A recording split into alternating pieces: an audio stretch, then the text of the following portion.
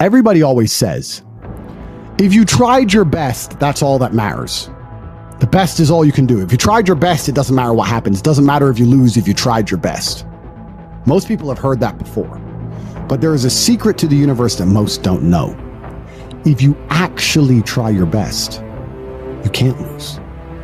Not pretend to try your best, not try your best 90% of the time, not try your best with excuses. If you genuinely try your best all of the time, all day, every day, it's impossible to lose. So when people say, if you tried your best, it's okay to lose, that is a logic fail. Because if you lost, you didn't try your best in the first place. If you actually try your best, it is impossible to fail in this life. God is watching and he rewards those who want it the most. If you want it the most, you can have it. It's a competition. Every dollar you want, the house you want, the car you want, other people want, you have to win. You have to want it the most and genuinely do your best, because most people aren't capable of doing their best anymore. To get up every day, whether they feel like it or not, and perform regardless. That is the secret. You cannot fail if you try your best. So if you don't have the car you want, the woman you want, the relationship you want, the friends you want, the house you want, you haven't been trying your best. Because I guarantee you, the second you do, you'll have all of it. I believe there's only 3 reasons people are not rich. One of 3 reasons. They're either stupid, arrogant, or lazy. Stupid is actually the smallest category. People think, oh, you know, there's a lot of stupid people. There are, but I know a lot of stupid people with a lot of money, right? There's so much money in the world. To be too stupid to generate money, I think is less than 5% of the population. We're genuinely too dumb to ever make a good wage. Then you have arrogant and lazy, and these are the 2 most common. Lazy because people just, oh, you know, but I need time to myself. Oh, you know, but it's the evening. Or, you know, it's hyper competitive. There are people who do not need times to themselves. There's an Indian in Islam, or there's a guy in Islamabad who'll do your job online for $3 an hour and he doesn't sleep. You're going to lose, right? So if you're going to be lazy in any regard, you have to understand there are people like me who are billionaires who work 18 hours a day. When I finish this, I get into my car, I open my laptop, and I work on my way to my next appointment. I'm going to work all night till the day I go. When I go to sleep, I close my laptop and I'm asleep in the middle. I work. That's all I do. Lazy is a big problem because people go, oh, but I just want to relax. If you just want to relax, that's fine. But you're competing against people who just don't want to relax. And you're going to lose. And the last, and I'd say that's around, a lot of people have that element to them. A lot of people are lazy. That's about 50% of people. But the main reason people are not rich is because they're arrogant. If you were to take somebody who says, I'm doing my best, I'm really trying, and you were to get an exact schedule of their last week and find all the times they've wasted time, you'd say, look, you've wasted time, wasted time, wasted time, wasted time. You know what's actually amazing? Most of those people are not even self-reflective enough to go, you're right, I'm not trying my best. You know what they'd say? Well, I have to rest sometimes. Well, I have to have a social life. Well, they'd be so arrogant because they're arrogant. I had to do my Facebook. Yeah. No matter, you'd even show them, here's where you fucked up. Well, you know, I have to, oh, you're crazy. And then they go back to being a loser. A lazy person thinks he's working too hard, and a successful person thinks he isn't working hard enough. And we're doing 20 times the work they are. And we're like, oh, I could have done more, could have done this. Oh, I missed that today, can't miss that again. Oh, I should have taken that call. I should have flown there. I should have. That's, you know, we have guilt about it. They don't give a solitary fuck. And even if you pointed it out to them, they'd sit there and go, oh yeah, and they'd make some excuse for it. It's the brutal arrogance of people. Perhaps 50, 60 years ago, you could be a normal man with a normal job, have a normal life and a normal wife and a normal house and a normal car and be happy. But the world we are now living in is proving that being a normal man is nothing more than slavery. Being a normal, law-abiding citizen with a normal income and a normal wage and one passport and a normal wife is going to leave you depressed. Sooner or later, it's just going to leave you and you're going to end up fucking suicidal and miserable. This is what I don't understand about people, especially men in the world today.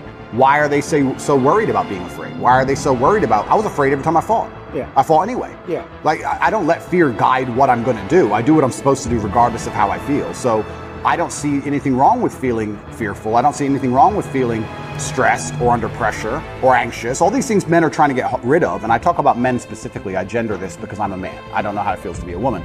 But all these things that people are trying very hard to get rid of from their brains, I don't see why they need to leave. I will argue the point that if I feel anxious and pressured and stressed and fearful, I will get more done than if I was happy. I think if I was happy, I'd just be hedonistic and just wasting my time. I think that you get a whole bunch done with these negative connotations and negative emotions, and I think that life is suffering and pain, and you're here to go through it, and the sooner you get used to the taste, the more successful you're going to be. I have no interest in trying to change the flavor, my friend. The flavor of life is pain, and I will eat all of it. And it doesn't matter if they put me back in jail or not. I'm not sitting there going, how can I be happy in jail? I will sit in jail and say, yes, this sucks. It's supposed to suck. Yes, I'm not enjoying this. Yes, I'm anxious and paranoid. And yes, that guy might stab me. And yes, I can't sleep and I miss my family. And this is what's supposed to happen to me. And this is how I become the best man I can possibly be. And I'm going to succeed regardless.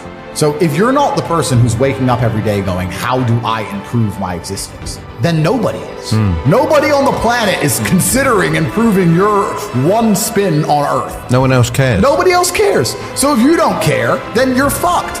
So you need to wake up and care. And it's amazing to me, like you're saying, how did I find my mentors? I just tried a bunch of them. Like when I had no money, I would try very hard I'd listen to lots of different people, or I'd try different things. And I wasn't scared to invest in myself, because I understand that, look, if he's taking time out of his life, then I need to reward him for it financially. And I tried very hard, and I listened, and I paid attention, and I was never lazy. I don't believe there's a person on the planet who pays attention, tries their best, is never lazy, is on time, works hard, has a mentor, and is giving it his all, who isn't rich. I don't believe it.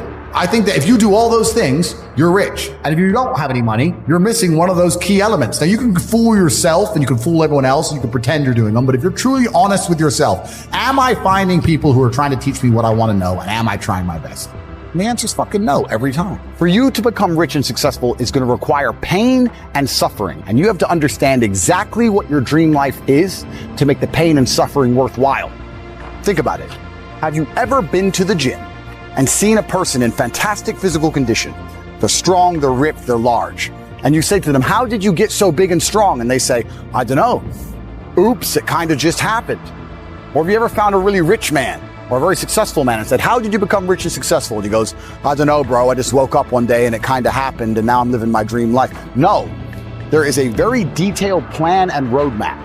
For you to become strong, you must eat a certain way. You must train a certain way. For you to become rich, you must earn money a certain way. You must understand exactly how you're going to make money, whether you're going to be a public-facing figure like me or a man of the shadows with millions of dollars, unknown, but extremely powerful. You have to design your dream life. What house are you going to live in? Who's your woman going to be? Is she blonde? Is she brunette? What car are you going to drive? Have you even gone on the internet and spec'd your car? You can design your dream car right now for free on the internet, and you can choose the color.